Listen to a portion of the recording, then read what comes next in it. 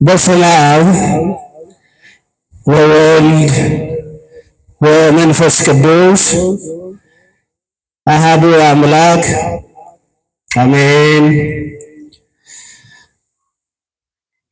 ክርስቶስ ተንሥአ እሙታን አሰሮ ለሰይጣን ሰላም ኮነ። ደስታንና ፍጹም ሰላምን የሰጠን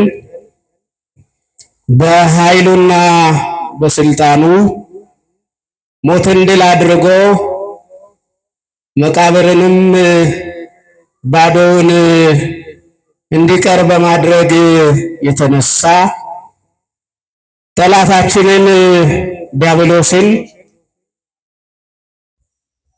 በኃይሉና በስልጣኑ ያሰረ አባታችንን አዳምንና እኛን ልጆቹን ነፃ ያወጣ በላይ በሰማይ በታች በምድር ለስሙ የሚገባውን ምስጋና ለማቅረብ በወደዱና በተዘጋጁ ሁሉ የሚመሰገን የነገስታት ንጉስ የጌቶችም ጌታ የአማልክትም አምላክ እየተባለ የሚመሰገን አምላካችን እግዚአብሔር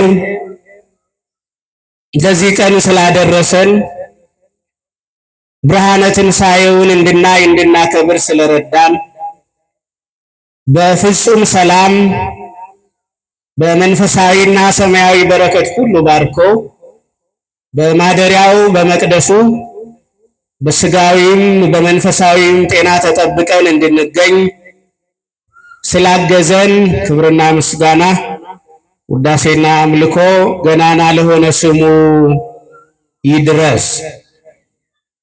ወአብየ ኃይለ ይገብሩ ሐዋርያት ስማ ትንሣኤሁ ለእግዚ ኢየሱስ ወአብይ ሞገስ ቦሙ በሃበ ኩሉ። በሐዋርያት ሥራ ምዕራፍ 4 ቁጥር 33 ላይ እንዲህ የሚል ቃል ተመዝግቦ እናገኛለን። ሐዋርያትም የጌታን የኢየሱስ ክርስቶስን ትንሣኤ በታላቅ ኃይል ይመሰክሩ ነበር፣ በሁሉም ላይ ታላቅ ጸጋ ነበረባቸው ይላል። ስለዚህ ስለ ቅዱሱ የእግዚአብሔር ቃል ለሐዋርያት ስለተገለጠው በመንፈስ ቅዱስ ስለተሰጠው ስለዚህ ሰማያዊ ቃል ሐዋርያት ስለመሰከሩት ስለዚህ ቃል እኛ ስለሰማነው ስለዚህ ቃል ብሎ አምላካችን እግዚአብሔር ምሕረቱንና ቸርነቱን በዙሪያችን ያበዛ ዘንድ የሱ መልካም ፈቃድ ይሁን።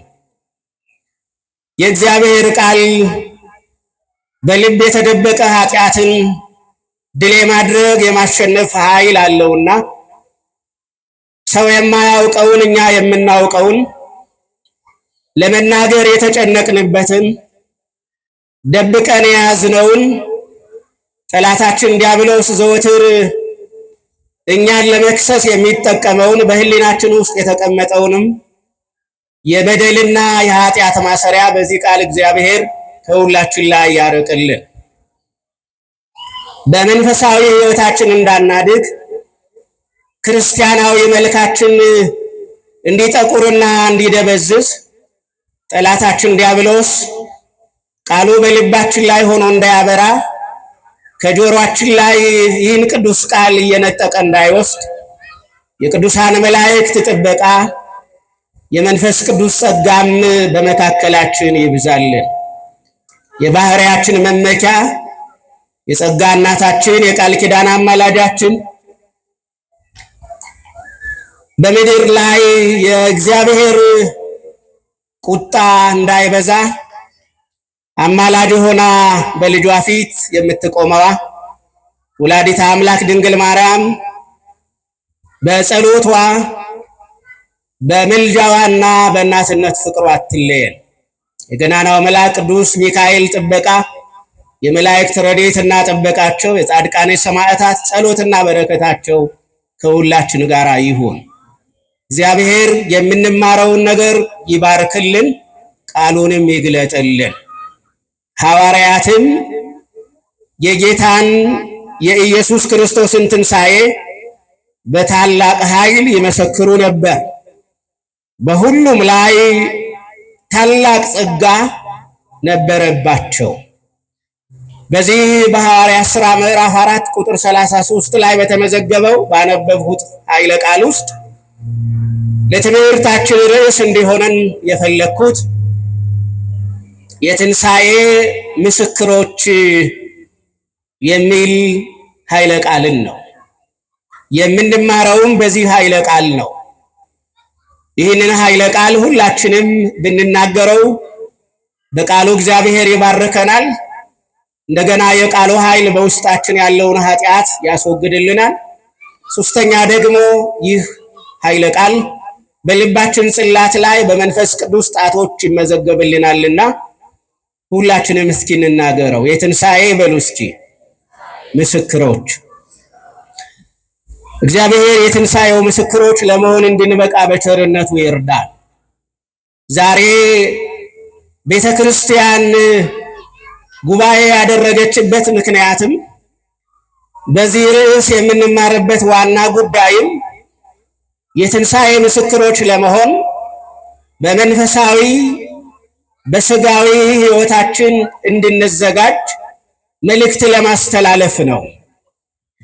ክርስቲያን በክርስቶስ ያመነው ሰማያዊ በረከትን ለማግኘት ብቻ አይደለም፣ በምድርም ላይ ለክርስቶስ ምስክር ለመሆን ነው።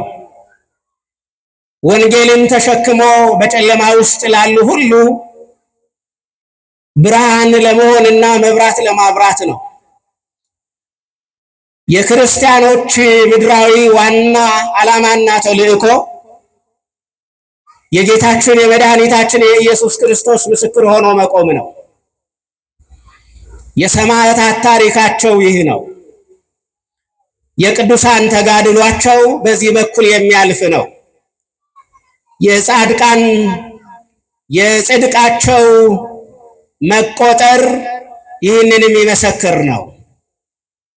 የደናግላን የምናኔ የሕይወት መገለጫቸው የክርስቶስ ምስክር ለመሆን ነው። ስለዚህ እዚህ የተሰበሰብነው በምንችለው እግዚአብሔር በሰጠን አቅምና መክሊት ልክ ለጌታችን ለመድኃኒታችን ለኢየሱስ ክርስቶስ ምስክር ለመሆን ነው። ለማን ምስክር ለመሆን አለዋችሁ?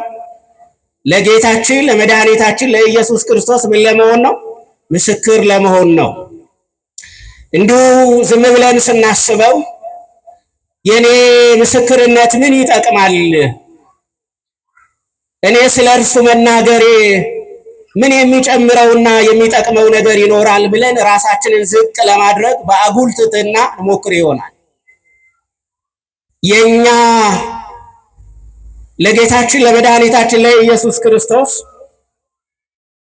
አንድ የምስክር ቃል መናገር በጨለማ ውስጥ ያለ ወደ ዘላለም ሞት የሚንደረደር ወንድማችንንና ጓደኛችንን ከዘላለም ሞት ነጥቆ ማዳን ነው። እግዚአብሔር የሰጠንን ተልእኮ ባለማወቃችን ምክንያት ብዙ ጊዜ ትዝ የሚለን መንፈሳዊ ነገር የሚታወሰን ቤተክርስቲያን ስንመጣ ነው። ቤተክርስቲያን ስንመጣ ብቻ የክርስቶስን ወንጌል የመመስከር ወይም የመናገር ግዴታ ያለብን ይመስለናል። መጽሐፍ ግን ለእግዚአብሔር ምድር በመላ ምድር ሁሉ የማናት ነው የሚለው? የእግዚአብሔር ናት ይላል። ቀኑና ሌሊቱም የማን ነው? የእግዚአብሔር ነው። በተገኘንባቸው ቦታዎችና ስፍራዎች ሁሉ እኛ ደግሞ የማን ምስክሮች ነን? የእግዚአብሔር ምስክሮች ነን። ምን ያህል ይህንን እንደምታደርጉ አላውቅም። እኛ ኦርቶዶክሳውያን የሌሎችን የሃይማኖትና የሐሳብ የአመለካከት ነፃነት ለማክበር ብለንም ጭምር ይመስለኛል ዝምተኞችና ዳተኞች ነን። ከኛ በተቃራኒ ያሉ ጠላቶቻችን ደግሞ ሳንፈልግ መንገዳችንን ዘግተው በራችን ድረስ መጥተው እውነተኛና ትክክለኛ ያልሆነውን የክርስቶስ ቤተክርስቲያን የማታውቀውን የተለወጠና የተቀላቀለ የወንጌል ቃል ሲናገሩ ሁላችሁ ታያላችሁ።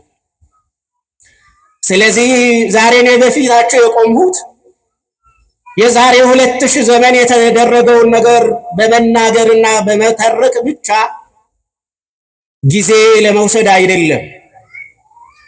ወደ ኋላ የሆነው ነገር ሆኗል። በእግዚአብሔር ኃይልና ስልጣን የተፈጸመውን ነገር በምስጋና በደስታ እንቀበላለን። በጥንት የነበሩ እግዚአብሔር በሰጣቸው የብርሃንና የጨለማ ጊዜ የተመላለሱ ቅዱሳን እንዴት በምድር ላይ እንደተመላለሱ ለሃይማኖታችንና ለምስክርነታችን ስለሚጠቅም አስፈላጊ በሆነ ጊዜ ይተረካል። ነገር ግን አሁን ፋሲካን እያከበርን ትንሣኤውን እያበሰርን ባለንበት ጊዜ ለመሆኑ ትንሣኤውን ለምንድን ነው የምናከብር? ለመሆኑ ፋሲካን ለምን እናደርጋለን ቢባል አብዛኞቻችን ትንሣኤን የምናከብርበትን ነገር እንዲሁ በደምሳሳውና በጥቅል ቃል ከመናገር ያለፈ አስፈላጊውን የመጽሐፍ ቃል ጠቅሶ አስፈላጊውን ክርስቲያናዊ እውነት አቅርቦ የመመስከርና የመናገር እንትናችን ዝቅተኛ ነው። ይሁን ግድ የለም ከዛሬ 50 ዓመት በፊት የነበሩ አባቶቻችን የፊደል መልክ እንኳን በቅጡ የማያውቁ ነበሩ ብለን እናስብና መጽሐፍ እንዲህ ይላል ብለው ሊቃውንቱ ካህናቱ ሲናገሩ እንዲሁ ሰምቶ ከመሄድና አዳምጦ ከመመለስ ያለፈ እና ሃይማኖታቸውን አጥብቆ ከመጠበቅና አጥብቆ ከመያዝ ያለፈ የምስክርነት ቃል ብዙ አልሰጡም ብለን ልናስብ እንችላለን። ዛሬ እዚህ ያላችሁ አብዛኞቹ ወጣቶች ናችሁ። ምናልባት በተለያዩ የትምህርት ተቋማት ያለፋችሁ እንዲሁም ደግሞ ሰርቲፋይድ የተደረጋችሁ ትሆናላችሁ። መጽሐፍ አንብበን ለክርስቶስ ምስክር ለመሆን መጽሐፍ ቅዱስን ከገበታ እስከ ገበታ ድረስ መሸምደድ ሳያስፈልገን ነገር ግን ለክርስቶስ ምስክር የምንሆንባቸውን ጠላታችንን ዲያብሎስን ለማጥቃትና ለመምታት የምንችልባቸውን ጥቂት የቃላት ስንቅ ግን መያዝ አያቅተን። ስለዚህ ከዚህ የተነሳ የዛሬ ዋና መልእክት የሚሆነው እኛ እዚህ ያለን ሁላችን የክርስቶስ የትንሣኤው ምኖች ነን? ምስክሮች ነን። እግዚአብሔር ምስክሮች ለመሆን የምንችልበትን የእውቀትም የኃይልም የጸጋም ችሎታ በሕይወታችንና በልባችን ላይ ይጨምርልን። እንግዲህ በሐዋርያት ሥራ ይህን የሐዋርያትን ሥራ ያጻፈልን ቅዱስ ሉቃስ የጌታችንን የኢየሱስ ክርስቶስን ትንሣኤ በተመለከተ በታላቅ ኃይል ይነገርና ይመሰከር እንደነበረ ነው የነገረን። የጌታ ትንሣኤ ሲነገር በሹክሹክታ አልነበረም። ቤት ተዘግቶ አልነበረም። የጌታ ትንሣኤ ይነገር የነበረው በተዘጋ ቤት ውስጥ አይደለም። የተዘጋውን ቤት ከፍተው በታላቅ ኃይል ስለማን ትንሣኤ ይመሰክሩ ነበር አለ? ስለ ኢየሱስ ክርስቶስ ትንሣኤ ምን ይሉ ነበረ? ይመሰክሩ ነበረ። በምን አይነት ኃይል? በታላቅ ኃይል፣ በደስታ በተሞላ ኃይል፣ በምስጋና በተሞላ ኃይል ደስ እያላቸው ይመሰክሩ ነበረ። ምን እያላቸው አልኋችሁ? ደስ እያላቸው። ፍርሃት እየተሰማቸው አይደለም። ምን እየተሰማቸው? ደስታ እየተሰማቸው። ጨለማ እየታያቸው ሳይሆን ምን እየታያቸው? ብርሃን እየታያቸው የትንሣኤውን ነገር ሲናገሩ በመስቀል ላይ የሰቀላችሁትና የገደላችሁት ኢየሱስ ክርስቶስ ተነስቷል ብለው ሲናገሩ በታላቅ ኃይል ይናገሩ ነበረ። ሞቷል፣ ቀብረነዋል፣ ከመቃብሩም አይነሳም ብለው ያስቡ በነበሩ ሰዎች ፊት ስለ ትንሣኤው ስለ ጌታ መነሳት ሲናገሩ ሐዋርያቱ በታላቅ ኃይል ብሎ ነው የሚለን። በታላቅ ኃይል በሚመሰክሩት በሐዋርያት ደግሞ የሚያስገርምና የሚያስደንቅ ጸጋ ሞልቶባቸው ነበር ይላል። ምን ሞልቶባቸው ነበረ? ለካ የትንሣኤውን ጌታ በታላቅ ኃይል እየመሰከርን ስናመልከውና ስናከብረው የማን ጸጋ ይሞላብናል? የማን ጸጋ ይሞላብናል? የእግዚአብሔር ጸጋ ይሞላብናል። የትንሣኤውን ነገር በታላቅ ኃይልና በደስታ በምስጋና እያሸበሸብንና እየዘመርን መናገር መመስከር ስንጀምር እኛ የማን ጸጋ ማደሪያ እንሆናለን? የእግዚአብሔር ጸጋ ማደሪያ እንሆናለን። እና በሁሉም ላይ ታላቅ ጸጋ ነበረባቸው ነው የሚለው። በታላቅ ኃይል ይመሰክሩ ነበረ ብሎ ካለ በኋላ በታላቅ ኃይል በሚመሰክሩት ላይ ደግሞ ታላቅ ምን ሞልቶባቸው ነበረ? ታላቅ ጸጋ ሞልቶባቸው ነበረ። በታላቅ ኃይል ምስጋና ስናቀርብ ታላቅ ጸጋ ይሞላናል። በታላቅ ኃይል ስለ ትንሣኤው ስንመሰክር ታላቁ የማን ጸጋ ይሞላናል? የእግዚአብሔር ጸጋ ይሞላናል። ምስጋናችን ሲጎድል ጸጋችንም ይጎድላል። ዝማሪያችን ሲያንስ ክብራችን ያንሳል። አምልኳችን ሲቀንስ ከእግዚአብሔር የምናገኘው ጥበቃ ይቀንሳል። ወደ እግዚአብሔር መጠጋትና በእግዚአብሔር መደገፍ ስናቆም የተደገፍነው የማይወድቅ የሚመስለው ትልቅ ግንብ ይደረመስና በግንቡ ስር መቃብራችን ይሆናል። ስለዚህ እዚህ ቦታ ላይ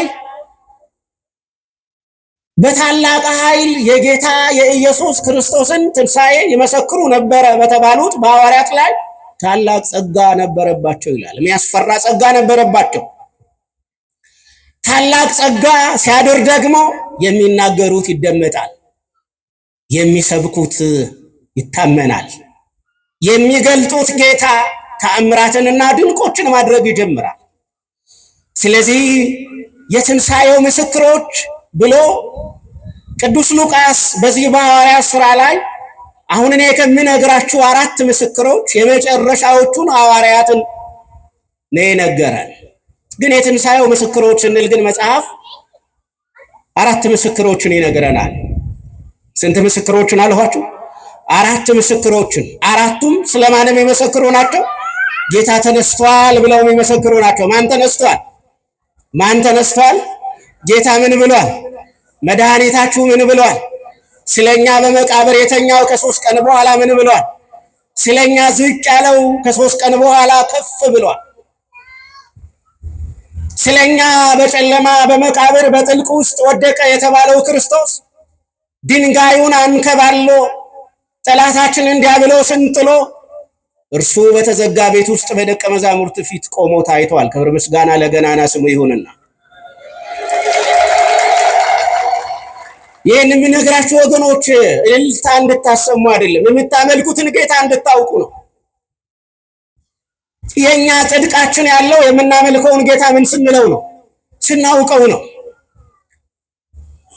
ክብራችን ያለው የምናመልከው ጌታ ማን እንደሆነ ማወቅ ስንጀምር ያን ጊዜ ሕይወታችን ይለወጣል።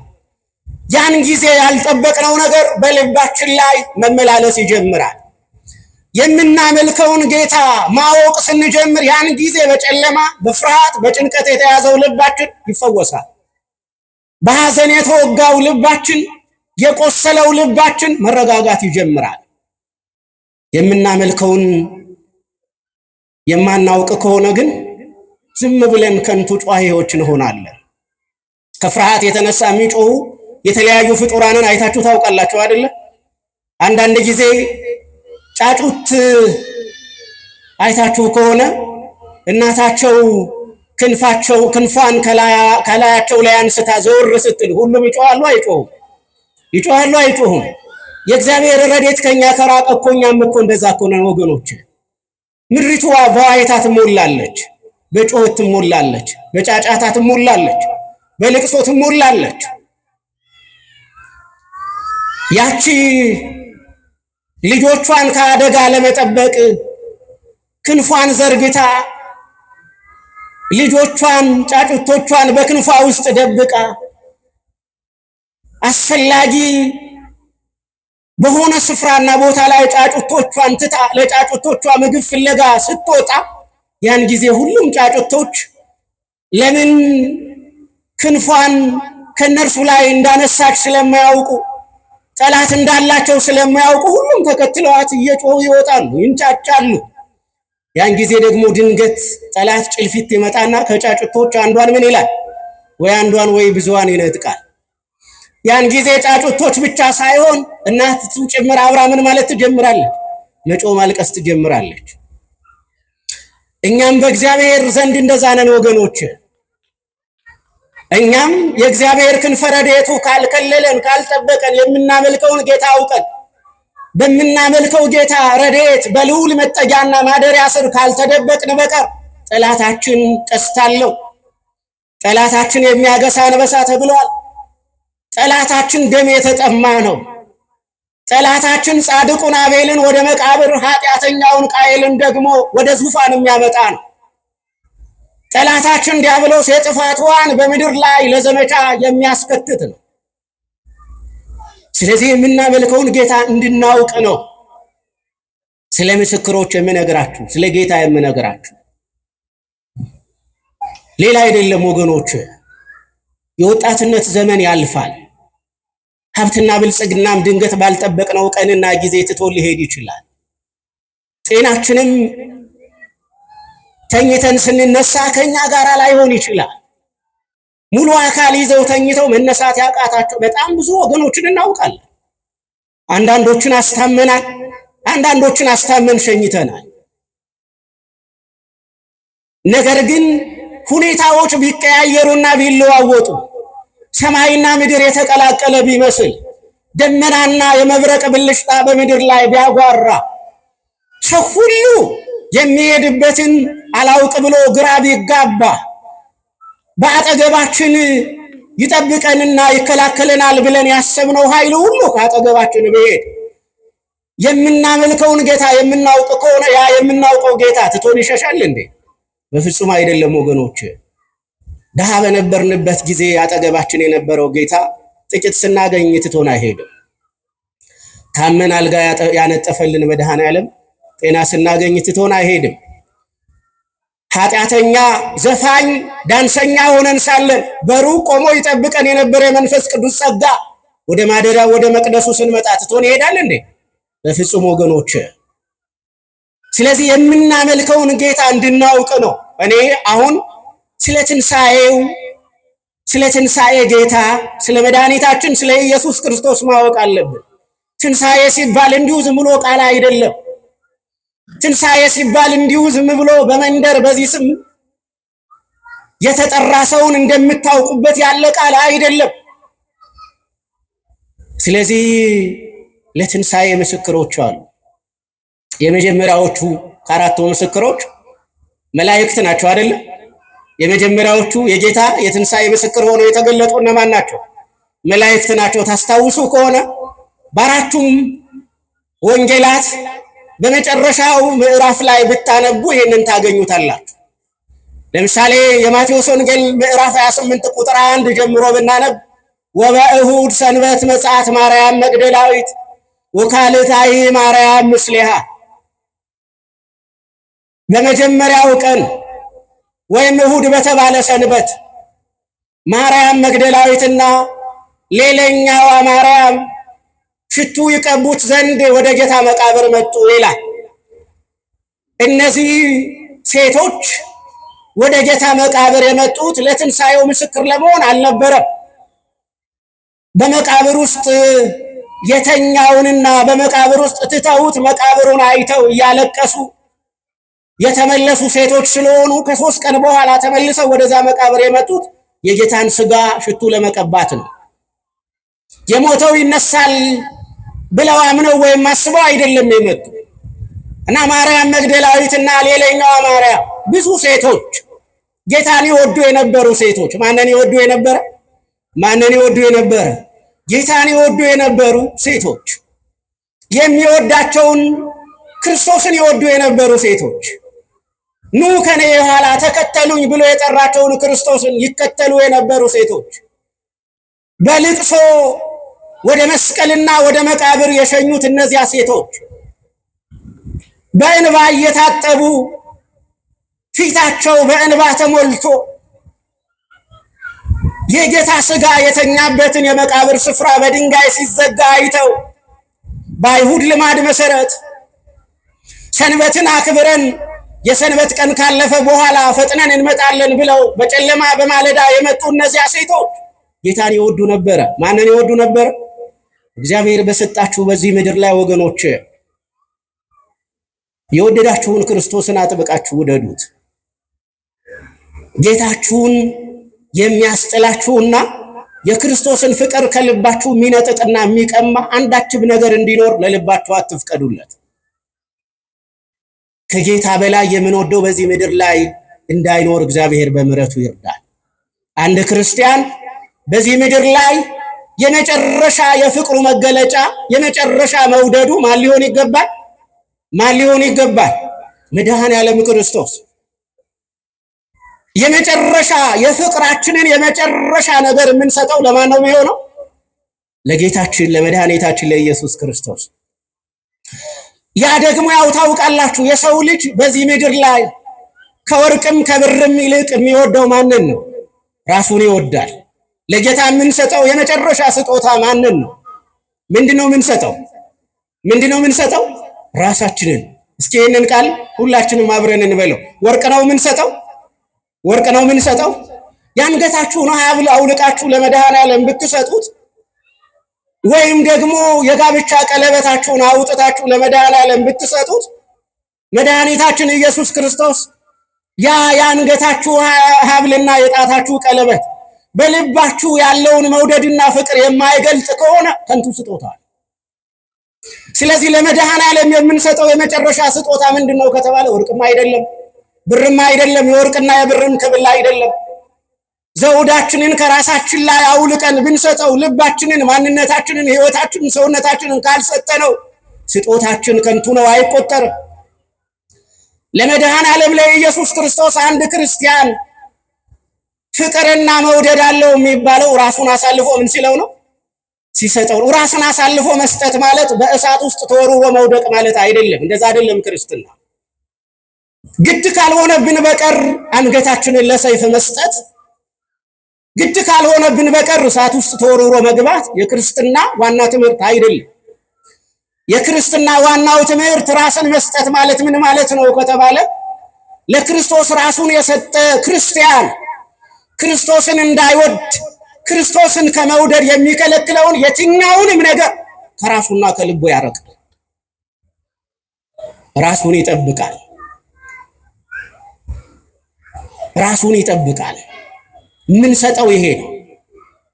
ይሄ ስጦታ ነው። ስለዚህ እነዚህ ከገሊላ ጀምሮ የተከተሉት ሴቶች በማለዳ የመጡ ሴቶች ናቸው እና በማለዳ እነዚህ ሴቶች በመጡ ጊዜ ግን በመቃብሩ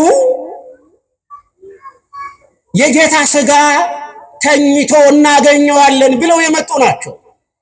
በፍጹም ተነስቶ እናገኘዋለን ብለው እኮ ያሰቡ አይደሉም። በፍጹም የጌታ ሥጋ ከመቃብር ይታጣል ይነሳል የሚል ፈጽሞ ሐሳብ አልነበራቸውም። ሲመጡ እንዳውም በመንገድ ላይ እየደጋገሙ እያዘኑ ያለቀሱ ይነጋገሩ የነበረው እኛ ሴቶች ነን። በመቃብሩ አፍ ላይ የተገጠመው ደግሞ ድንጋይ ትልቅ ነው። በእኛ አቅም በእኛ ጉልበት የሚንከባለል አይደለም። በመቃብሩ ላይ የተገጠመውን ድንጋይ ማን ያንከባልልልናል? ማን ይፈነቅልልናል? እያሉ የመጡ ናቸው። ሲመጡ ግን ድንጋዩ ከመቃብሩ ላይ ተንከባሏል። መቃብሩ አፉ ተከፍቷል። በመቃብሩ አፍ ላይ የነበረውን ድንጋይ አንከባለው በመቃብሩ አናትና ግርጌ ላይ ተቀምጠው ደግሞ ያገኟቸው መላእክት ናቸው። የትንሣኤ የመጀመሪያ ምስክሮች እነሱ ናቸው። ከዛ ወዲያው እነዚሁ ሴቶች ማርያም መግደላዊትና ጓደኞቿ አብረዋት የሄዱ እነዚህ ሴቶች መቃብሩ ድንጋዩ ተንከባሎ በመቃብሩ ውስጥም የጌታ ሥጋ እንደሌለ ባዩና በተረዱ ጊዜ ለመሆኑ የጌታ የሥጋ ወዴት ሄደ? ማን ወሰደው? እያሉ ግራ ተጋብተው እርስ በርሳቸው ሲጠያየቁ እነዛ መቃብሩን አንከባለው በመቃብሩ ግርጌና ራስጌ ላይ ተቀምጠው የነበሩ ነጫጭ የለበሱ ሁለቱ መላእክት ማንን ትፈልጋላችሁ አሏቸው። ማንን? ምን ትላላችሁ? ማንን? ሁለቱ መላእክት እነዚህ ሴቶች ማንን ፈልገው እንደመጡ አላውቅ ብለው ነው? በፍጹም። ግን የሚፈልጉትን ማርያም መግደላዊትና ጓደኞቿ ስሙን አንስተው እንዲናገሩ፣ ምክንያቱም የኢየሱስ ክርስቶስን ስም መጥራት ያስፈራል። ኢየሱስን እንፈልጋለን ማለት ለማርያም መግደላዊትና ለጓደኞቿ ሞት የሚያመጣ ነው። ለምን ከተባለ ኢየሱስ ክርስቶስን በመስቀል ሰቅለው ወደ መቃብር ያወረዱት ሰዎች በመቃብሩ አጠገብ ጠባቂ አቁመዋል። በእነዚያ በጠባቂዎች አጠገብ በእነዚያ ታጥቀው በሚጠብቁ ሰዎች አጠገብ የተሰቀለውንና የሞተውን ኢየሱስን እንፈልጋለን ብሎ መናገር የሚያስከፍለው ዋጋ ነበረ። ስለዚህ ማርያም መግደላዊትና ሌሎች ጓደኞች ነጫጭ ለብሰው በመቃብሩ አፋፍ ላይ በመቃብሩ ጫፍ ላይ ወደ ቆሙት ሰዎች መስለው ወደ ተገለጡት ወደ ሁለቱ መላእክት ዘወር አሉና እኛማ የተሰቀለውን የጌታችንን ሥጋ ሽቱ ልንቀባ መተን የምንፈልገው መምህሩን ነው፣ ኢየሱስን ነው፣ ክርስቶስን ነው ብለው ተናገሩ። አይ እናውቃለን፣ የተሰቀለውን ኢየሱስን እንደምትፈልጉ እናውቃለን።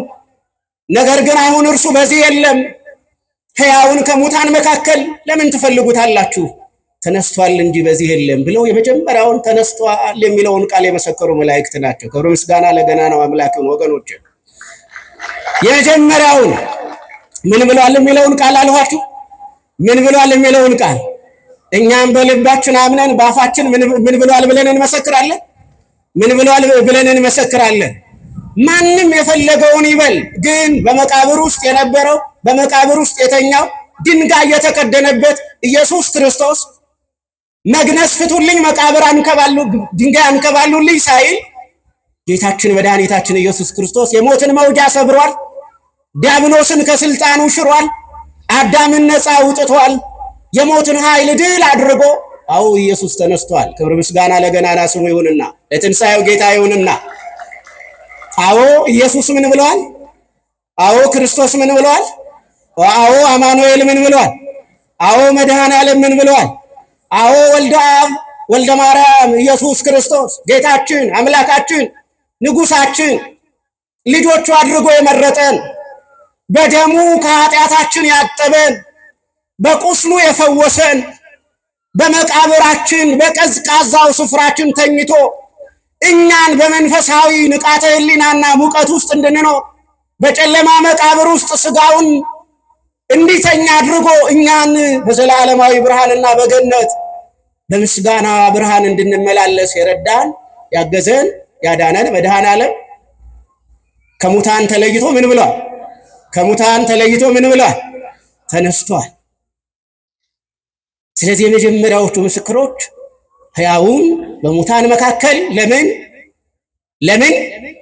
ትፈልጉታላችሁ? ተነስቷል፣ በዚህ የለም። የመጀመሪያዎቹ ምስክሮች ቅዱሳን መላእክት ናቸው። ስለ ቅዱሳን መላእክት ስለ እግዚአብሔር የእግዚአብሔር ልጅ ቀዳማዊ ቃል ሰው ከመሆኑ ጀምረን የቅዱሳን መላእክትን የምስክርነትና የምስራች ቃል ብንከተል እዚሁ ልናደር እንችላለን። በጣም ብዙ የመጀመሪያውን የምስራች ቃል ይዘው የመጣው መልአኩ ቅዱስ ገብርኤልን አንረሳ። በሉቃስ ወንጌል ምዕራፍ 1 ውስጥ አንረሳ። በገዳመ ቆሮንቶስ ሰይጣንን ድል በነሳ ጊዜ ለከሃይ ለከጽን ወለካ አኮቴት ላንተ ኃይል የተገባ ነው፣ ላንተ ጌትነት የተገባ ነው፣ ላንተ ምስጋና የተገባ ነው። መመስገን የባህርህ ነው፣ መመስገን የዘላለም ገንዘብህ ነው እያሉ ያመሰግኑ ቅዱሳን መላእክትን እናገኛለን በመጽሐፍ ውስጥ ብዙ ቦታ አለ።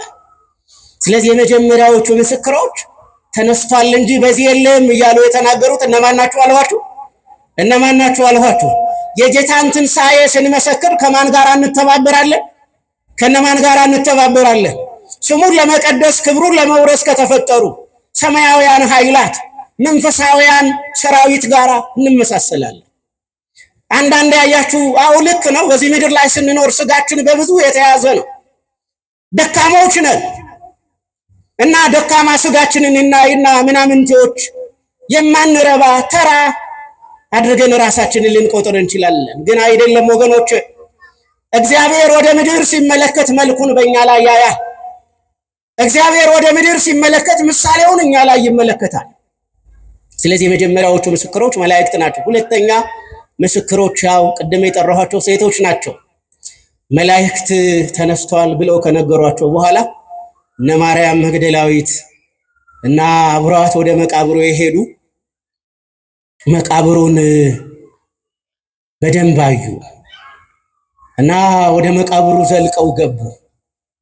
ወደ መቃብሩ ዘልቀው ሲገቡ በመቃብሩ ውስጥ የጌታችን ሥጋ የተጠቀለለበት ወይም የተገነዘበት መግነዙ አለ፣ ጨርቁ አለ።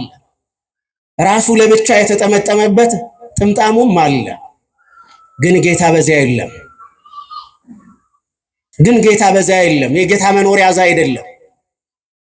የጌታ ስፍራው እዚያ አይደለም።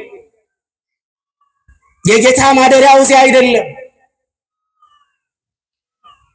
የጌታ ስፍራው እዚያ አይደለም።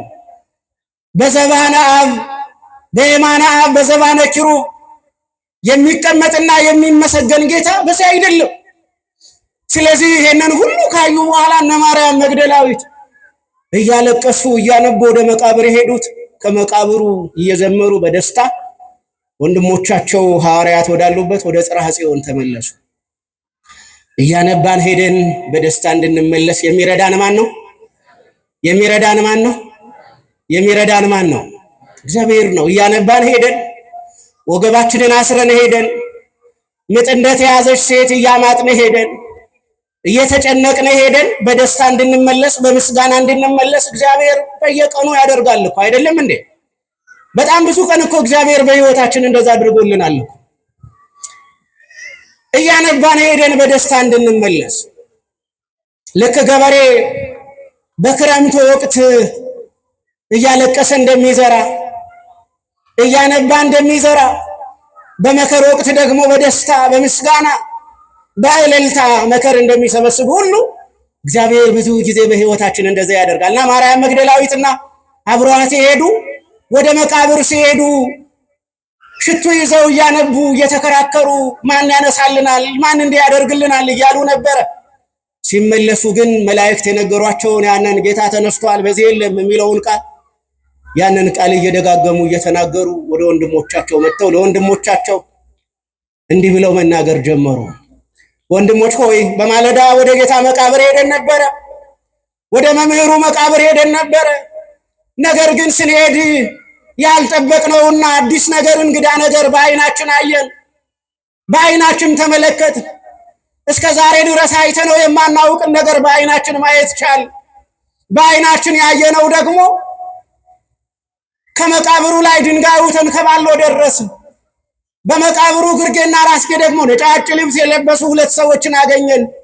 እነዚህ ሁለት ሰዎች ደግሞ ማንን ትፈልጋላችሁ ብለው ከጠየቁን በኋላ እርሱ ሕያው ነው፣ እርሱ በሙታን መቃብርና በሙታን ምኝታ ስፍራ በዚህ የለም፣ እርሱን በዚህ አትፈልጉት ተነስቷል ብለው ነገሩን። እኛም መቃብሩ ባዶ እንደሆነ ጌታ እንደተነሳ ከመላእክት ሰምተን ነጫጭ ልብስ ከለበሱት ሰምተን ወደ እናንተ መጣን ብለው ሴቶቹ ለሐዋርያት የትንሣኤውን ምስክርነት የትንሣኤውን የምስራች ተናገሩ። እግዚአብሔር ይመስገን ወገኖች። ለእነዚህ ሴቶቹ የምስራች ለሚሏቸው ሰዎች እኮ የሚነግሯቸው እነማን ናቸው ካላችሁ የሚናገሩት ቤት ዘግተው ለተቀመጡት ሰዎች እኮ ነው። ሐዋርያት ቤት ዘግተው ቁጭ ብለዋል። ወንዶች ስለሆኑ ወደ ጌታ መቃብር ቢሄዱ ደቀ መዛሙርቱ ስጋውን ሊሰርቁ መጥተዋል ብለው መቃብር የሚጠብቁ ሰዎች ይይዙና የሚገርፉትን ይገርፋሉ፣ የሚደበድቡትን ይደበድባሉ። ከዛም ካለፈ ደግሞ እስከ ሞት ድረስ የሚደርስ አደጋ ሊያስከትሉባቸው ሊፈጥሩባቸው ስለሚችሉ ወደ መቃብሩ የሄዱ ሴቶች ብቻ ነበሩ። ነገር ግን ሴቶቹ ተመልሰው መጥተው ሁለተኛውን ከመላእክት የሰሙትን የምስክርነት ቃል ጌታ ተነስቷል የሚል የምስራች ቃል ሰማን ብለው በነገሯቸው ጊዜ ገና ወጣት የነበረው ደቀ መዝሙር ዮሐንስና ቅዱስ ጴጥሮስ ወደ መቃብሩ ሮጡ ይላል። የጌታ የትንሣኤው የምስራች ያስሮጣል። ፈሪውን ከቤት እንዲወጣና እንዲሮጥ ያደርገዋል። ስለዚህ እየሮጡ ወደ መቃብሩ ሄደው እነሱም ተመለከቱና ሁለተኞቹ ምስክሮች የጌታችን የመድኃኒታችን የኢየሱስ ክርስቶስ ወዳጆች የነበሩት ስለኔ አታልቅሱ፣ ስለ ራሳችሁና ስለ ልጆቻችሁ ግን አልቅሱ፣ ቀን ይመጣል፣ ከመከራ የማታመልጡበት ቀን፣ ጠላት በሮቻችሁን ከቦ የሚቆምበት ቀን፣ የከተሞቻችሁን ቅጥር ሁሉ ጠላት ምሽግ የሚያደርግበት ቀን ይመጣልና ኢትብክያን ይሊተ ለኔ አታልቅሱልኝ አላብከያ ለክን ወላይ ለወሉድክን ለራሳችሁና ለልጆቻችሁ አልቅሱ። ያልወለደች እናት ምንኛ ብፅዕት ናት፣ ያላጠቡ ጡቶች ምንኛ የተባረኩ ናቸው፣ መካኒቱ ሴት ምንኛ የተባረከች ናት ብላችሁ የምትሉበት ልጆቻችሁን ከቅፋችሁ ላይ ጠላቶቻችሁ እያነሱ አንገታቸውን የሚቀሉበት ክፉ ዘመን ክፉ ቀን ይመጣልና ለኔ አታልቅሱልኝ ብሎ ያላቸው እነዚያ ሴቶች በማለዳ ሄደው ተመልሰው ለደቀ መዛሙርቱ የምስራች ጌታ ተነስቷል አሏቸው። ማን ተነስቷል? ማን ተነስቷል? ጌታ ተነስቷል። ለዚህ ነው አያችሁ እኛም ክርስቶስ ተንሥአ እሙታን ሰላምታችን ክርስቶስ ከሙታን ተለይቶ ምን ብሏል? ተነስቷል። ከዛ በታላቅ ኃይልና ምን ስልጣን ማንን አስሮ የታሰረው ማን ነው? የታሰረው ማን ነው? እንፈራዋለን እንጂ አንዳንዴ አሉ አሁን ስሙን እንኳን ለመጥራት ትፈራላችሁ። በእርግጥ አስቀያሚ ስም ስለሆነ ቀስ ብላችሁ ብትጠሩት አይገርምም። የጠላት ስም ከፍ ብሎ ሲጠራ ጥሩ አይደለም። የጠላትን ስም ከፍ ካደረጋችሁት ከፍ ይልባችኋል። ጠላታችንን ዲያብሎስን ጌታችን መድኃኒታችን ኢየሱስ ክርስቶስ አስሮታል። እኛ አላሰርነውም። ያሰረው ማን ነው? ያሰረው ማን ነው? የሰማያት ጌታ ኢየሱስ ክርስቶስ ምን ብሎታል? አስሮታል። የታሰረ ጠላት ይፈራል? የታሰረ ጠላት ይፈራል? ይፈታ ይሆን ብላችሁ የምትፈሩ ከሆነ ሲፈታ እኛን የሚጠብቀን ጌታ መድኃኔዓለም ኢየሱስ ክርስቶስ ነው። አይደለም እንዴ? ሰይጣን እንደው ሾልኮም ከእስር ቤት ይውጣ፣ ማሰሪያ በጥሶም ከጨለማ ቤት ይምጣ፣ ወደ ጥልቁ ከተወረወረ በኋላ ከጥልቁ እንደምንም በእሳት መካከል ዋይቶም ይውጣ፣ በፈለገው መንገድ ይምጣ፣ እኛን የሚጠብቀን ማን ነው? እኛን የሚጠብቀን ማን ነው? ታምናላችሁ? ጠባቂያችን ማን ነው? ጠባቂያችን ማን ነው? ታማኙ ጠባቂ ማን ነው? ክፍያ የማይጠይቅ ጠባቂ ማን ነው? በር እያንኳኳ የማያስቸግር ጠባቂ ማን ነው? እትዬ እንደዚህ አይነት ነገር መጣብኝ እያለ የማያስቸግር ማን ነው? ጠባቂ ማን ነው? ደሞዝ አነሰኝ እያለ በየቀኑ የማያለቃቅስ ጠባቂ ማን ነው? ይጨመርልኝ እያለ የማያስቸግር ጠባቂ ማን ነው? ሳንከፍለው የሚጠብቀን ማን ነው? እግዚአብሔር አምላካችን ጠባቂያችን፣ እረኛችን አይተኛ። ጌታ መድኃኔዓለም የበጎቹ የኛ እረኛ ነው። ከተኩላ ይጠብቀናል፣ ከነጣቂ ይጠብቀናል። እውነት ሐሰት? አንዳንድ ጊዜ ብዙዎቻችሁ የምትጠራጠሩ ይመስለኛል አይደለ ወገኖች? ግድግ ለማትጠራጠሩ። ያ ማለት ጌታ ይጠብቀናል ሲባል እንደው እየዘለልክ መኪና ውስጥ ግባ ማለት እኮ አይደለም። አንተ ዘለከ ገባህ እንዴት አድርጎ ይጠብቃል? ነገር ግን ጌታችን መድኃኒታችን ኢየሱስ ክርስቶስ ጠባቂያችን ነው። ስለዚህ ጌታችን መድኃኒታችን ኢየሱስ ክርስቶስ በታላቅ ኃይልና ስልጣን ሞትን ድል አድርጎ የተነሳው ንጉሥ ጠላታችንን ዲያብሎስን አስሮታል። አዳምን ነፃ ወጥቶታል። ለእኛ ሰላምና ደስታን ምን ብሎናል? ሰጥቶናል። በክርስቶስ ሰላም በክርስቶስ ደስታ ነፍሳችን አላርፍ ብሎ አሁን እንቃጥታለን። ሰው በክርስቶስ ደስታ የማያርፍ ከሆነ በዓለማዊ ደስታ እንዴት ሊያርፍ ይችላል? ዘፈን ሊያሳርፈን ይችላል? ይችላል ወገኖች? ይችላል እንዴ? ፈጽሞ አይችልም። ውሃ ዳር ሄደን መዋኘታችን ሊያሳርፈን ይችላል? የለመለመ ቅጠል በእጃችን እንዲይዘን ሊያሳርፈን ይችላል? ቅጠሉ ራሱ እጃችን ላይ ሲጠወልግ እኮ ተስፋ መቁረጥን አይደለም የሚያስተምረን? እንደዛ እኮ ነው የሚያስተምረን ወገኖች። ስለዚህ ሊያሳርፈን የሚችለው መድኃኔዓለም ኢየሱስ ክርስቶስ ነውና ሁለተኛ ምስክሮች ሴቶች ናቸው። ሶስተኞቹ ምስክሮች እነማን ናቸው ካላችሁ፣ ሶስተኞቹ ምስክሮች ቅድም የነገረኋችሁ የሐዋርያት ሥራ ምዕራፍ 4 ቁጥር 33 ላይ ርዕስ አድርገን የተነሳንበት ላይ ሐዋርያት የተባሉት ናቸው። እነማን አልኋችሁ? ሐዋርያት የተባሉት ናቸው። ከዛ ጀምሮ ብዙዎች እየመሰከሩለት መጥተዋል። አራተኛ ምስክሮች የጌታ የትንሣኤው ምስክሮች እነማን ናቸው ከተባለ እኛ ነን። እኛ የማን ምስክሮች ነን? እኛ የማን ምስክሮች ነን? ጌታ ተነስቷል ብለን ምን እንላለን? እንመሰክራለን። በእውነት ተነስቷል። በአማን ተንሥአ እሙታን፣ ከሙታን መካከል በእውነት ተነስቷል። ሞትን ድል አድርጎ በእውነት ተነስቷል። መቃብርን አሸንፎ በእውነት ተነስቷል። መርገመ ሥጋ መርገመ ነፍስን ሽሮ በእውነት ተነስቷል። ሙስና መቃብርን አጥፍቶ ጌታ በእውነት ተነስቷል።